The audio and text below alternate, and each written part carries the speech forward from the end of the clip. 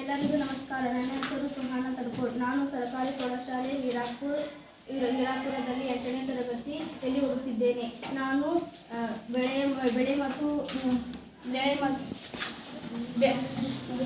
ಉತ್ಪಾದನೆ ಮತ್ತು ನಿರ್ವಹಣೆ ಪಾಠದ ಬಗ್ಗೆ ಒಂದು ಚಟುವಟಿಕೆಯನ್ನು ಮಾಡುತ್ತಿದ್ದೇನೆ. ನಾನು 3 ಲೋಟಗಳನ್ನು ತೆಗೆದುಕೊಂಡಿದ್ದೇನೆ. 1 ಎ ನಲ್ಲಿ ಮಣ್ಣು ಮತ್ತು ರಸಗೊಬ್ಬರವನ್ನು ಹಾಕಿದ್ದೇನೆ. ಬಿ ಯಲ್ಲಿ ಮಣ್ಣು ಮತ್ತು ಸಾವಯವ ಗೊಬ್ಬರವನ್ನು ಹಾಕಿದ್ದೇನೆ. ಸಿ ಯಲ್ಲಿ ಕೇವಲ ಮಣ್ಣು ಮಾತ್ರ ಹಾಕಿದ್ದೇನೆ. ರಸಗೊಬ್ಬರ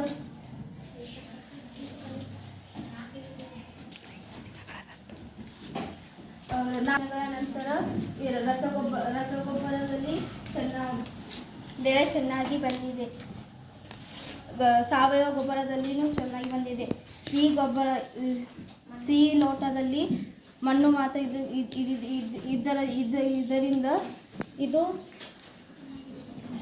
ಚೆನ್ನಾಗಿ ಬೆಳೆದಿಲ್ಲ. ಬಿ ಯಲ್ಲಿ ಸಾವಯವ ಗೊಬ್ಬರ ಹಾಕಿದ್ದೇನೆ. ಇದನ್ನು ನಾವು ಭೂಮಿಯಲ್ಲಿ ಬಳಸಿಕೊಳ್ಳಬೇಕು. ಅಂದರೆ ಇದು ಮಣ್ಣನ್ನು ಜಲಮಾಲಿನ್ಯವನ್ನು ಮಾಡುವುದಿಲ್ಲ.